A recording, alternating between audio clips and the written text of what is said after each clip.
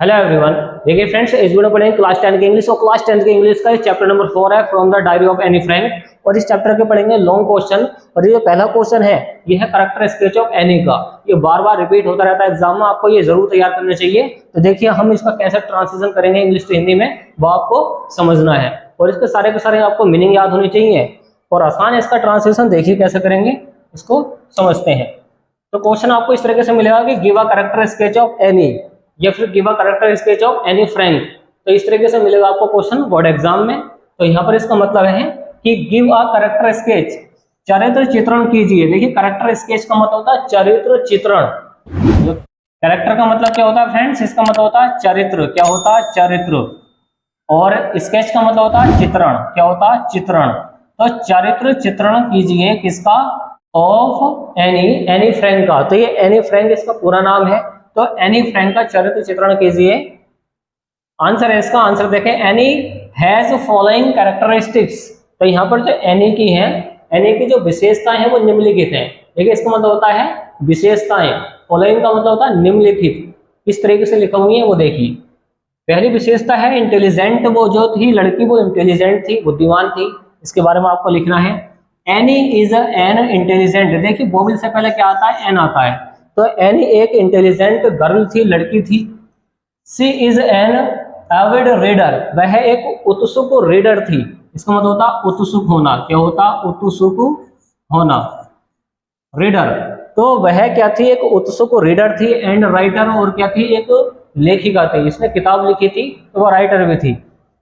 हर diary अब उसने अपनी डायरी में रिवील्स किया है, बताया है। अरे इंटेलिजेंस, अपनी बुद्धिमत्ता को, अपने दिमाग को, मतलब उसके अंदर जो समझदारी थी उसने अपनी डायरी के अंदर रिवील्स किया है। And her love of learning, और उसके पढ़ाई के प्रति जो लगाव था, लव था। लर्निंग का मतलब था सीखना या पढ़ाई। जो पढ़ाई के प्रति लव था उसके बारे में रिवील्स किया गया है उसकी डायरी के अंदर। किसकी? एनी फ्रैंक की। दूसरी हेडिंग आपको याद करनी पड़ेगी। ये देखिए विशेषताएं चल रही है किसकी? एनी फ्रैंक की। तो दूसरी विशेषता है क्या है? क्रिएटिविटी, मतलब क्रिएटिव, रचनात्मक। इसका मतलब होता है जो रचना करता है, कोई नया क्रिएट करता है। देखें इसकी Hindi. Any is an apt. Any क्या थी? एक कुशल, क्या थी? राइटर थी, लेखिका थी। और गिफ्टेड, उसको गिफ्ट मिला था कुदरती। विद द टैलेंट, और उसके अंदर टैलेंट था ऑफ स्टोरी टेलिंग, स्टोरी को सुनाने का या स्टोरी को समझाने का, उसके अंदर टैलेंट था। सी राइट्स, वह लिखती है। देखिए सब्जेक्ट के बाद में वर्ब में अगर एस आ जाता है तो कौन सा सेंटेंस होता है? प्रेजेंट का इंडेफिनिट। ये सब्जेक्ट है। देखिए ये सब्जेक्ट है, ये आगे वर्ब में एस, तो क्या हो गया? प्रेजेंट का इंडेफिनिट। सी राइट्स, वह लिखती है हर असाइनमेंट, अपने असाइनमेंट को लिखती है। ओवर चैटरबॉक्स, चैटरबॉक्स पर। देखिए उसे काम दिया जाता है चैटरबॉक्स पर लिखने के लिए, एक निबंध, एक ऐसे लिखने के लिए दिया जाता है चैटरबॉक्स पर, बातूनीपन पर। तो वो इसके बारे में लिख कर लिखाती है विद क्रिएटिविटी, अपनी क्रिएटिविटी से, मतलब अपने दिमाग से सोच सोच के किसके बारे में लिखती है? बातूनीपन पर एक निबंध लिखती है। कौन? Anne Frank. तीसरी आपको विशेषता इसकी तैयार करनी है, सेंसिटिव एंड इमोशनल। तो वो संवेदनशील थी। सेंसिटिव का मतलब होता है संवेदनशील, और इमोशनल का मतलब होता है भावुक। क्या होता है? भावुक। तो संवेदनशील और भावुक थी वो लड़की।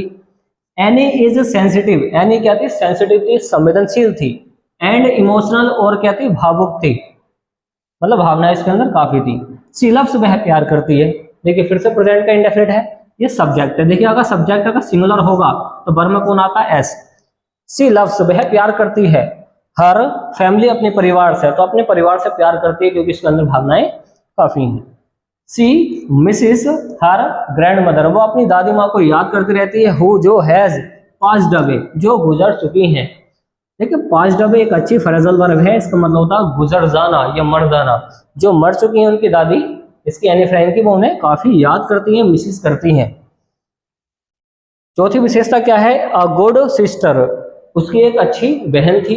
कौन थी? उसके बारे में देखिए। Any has an elder. देखिए एनी की एक एल्डर, एल्डर का मतलब होता है बड़ा, तो उसकी एक बड़ी थी। ये देखिए बोविल है, बोविल से पहले क्या आता है? एन। एनी की एक बड़ी सिस्टर थी, उसका नाम था मार्गोट। याद रखें, आपको ऑब्जेक्टिव क्वेश्चन में बार बार दिया जाता है कि एनी की बड़ी सिस्टर का नाम क्या था? वो था मार्गोट। तो एनी की एक बड़ी सिस्टर मार्गोट थी। ठीक, मार्गोट है, हैज आया तो बोलेंगे प्रेजेंट में। सी लव्स वह प्यार करती है, हर सिस्टर अपनी सिस्टर से, अपनी बहन से। सी लाइक्स वह उसे पसंद करती है। देखिए सी लाइक्स स्पेंडिंग वह स्पेंड करना पसंद करती है टाइम विद हर उसके साथ, विद हर उसके साथ। तो इस तरीके से आप इसका ट्रांसलेशन कर सकते हैं, आसान इसका ट्रांसलेशन है। और ये क्वेश्चन आपको जरूर तैयार करना चाहिए 6 नंबर में, और ये आपको शॉर्ट तरीके से आपको बता दिया गया है, आपको केवल यही तैयार करना है 6 नंबर के लिए। और देखिए हम इसको कर देते हैं क्लीन और ले सकते हैं फिर आप इसका स्क्रीनशॉट। चलिए आप इसका स्क्रीनशॉट लीजिए।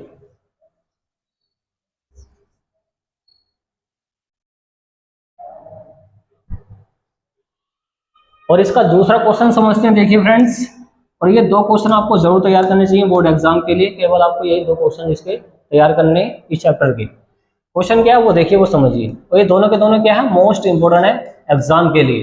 Why did Anne Frank maintain a diary, why did Anne Frank, Anne Frank ने क्यों, देखिए डिड आया तो कौन सा सेंटेंस है, पास्ट का इंडेफिनिट। एनी फ्रैंक क्यों, मेंटेन, मेंटेन करती है, बनाए रखती है और डायरी, एक डायरी को, तो मतलब एक डायरी को वो कैसे मेंटेन करती है, कैसे लिखती है, इसके बारे में समझाना है। देखिए आंसर है any is a 13 years old girl. Any एक 13 वर्षीय स्कूल की लड़की थी, मतलब स्कूल जाने वाली एक लड़की थी। तो 13 साल की थी अभी, 13 years ओल्ड, याद रखें 13 वर्ष की ये थी। ये क्वेश्चन जो है अराइज हो सकता है ऑब्जेक्टिव क्वेश्चन में। सी हैज अ गुड फैमिली, उसका एक अच्छा परिवार है। देखिए ध्यान से, सब्जेक्ट अगर सिमिलर होता तो क्या था, पोजीशन के लिए हैज आता है, अगर प्लूरल होता तो हैव आता। सी हैज अ गुड फैमिली, उसका एक अच्छा परिवार है। आगे देखें, सी हैज लविंग पेरेंट्स, वह अपने माता पिता से प्यार करती है। And a 16 year old sister, और एक इसकी 16 year ओल्ड सिस्टर है। देखिए 13 साल की है और इसकी जो बड़ी बहन है वो 16 साल की है, 16 year old. She has about 30 friends, उसके लगभग कितने, 30 फ्रेंड्स थे। कितने फ्रेंड्स हैं, 30। She has no such a friend, उसका कोई ऐसा दोस्त नहीं था, इतने दोस्तों में कोई ऐसा दोस्त नहीं था। इन whom शी कुड कॉन्फाइड, कि उस पर वो पूरी तरीके से विश्वास कर सके। कॉन्फाइड का मतलब क्या होता है, विश्वास, याद रखें इसका मतलब क्या होता, विश्वास होता है। आगे समझे, देखिए friends can not get so closer, और उसका कोई ऐसा कोई फ्रेंड्स नहीं हो सकता था, हो सका सो क्लोजर, इतना करीबी नहीं था उसका कोई friend. That she could state her personal, कि वो अपनी पर्सनल बातें उससे शेयर कर सके। तो इतने फ्रेंड्स में कोई भी ऐसा उसका पक्का फ्रेंड नहीं था जिससे वो अपनी पर्सनल बातें शेयर कर सके, पर्सनल एक्सपीरियंस बता सके टू देम, उनको, टू देम उनको। सी हियर्ड, देखिए हियर्ड का मतलब क्या होता है, सुना। उसने सुना था कि यह सेइंग पेपर, एक जो पेपर होता है, हैज मोर पेशेंस, उसमें अधिक धैर्य होता है। अधिक क्या होता है, धैर्य का मतलब होता है पेशेंस, मतलब अपने आप पे कंट्रोल रखना। देन की अपेक्षा, पेपर लोगों की, तो लोगों की अपेक्षा किसमें ज्यादा धैर्य होता है, एक पेपर में होता है। Papers make a diary, paper से एक डायरी बन सकती है, डायरी बनती है। हेंस अ डायरी, एक डायरी, इज अ नोटबुक, एक क्या होती है, नोटबुक होती है। Which one can call confidence, जिस पर हम पूरी तरीके से विश्वास कर सकते हैं।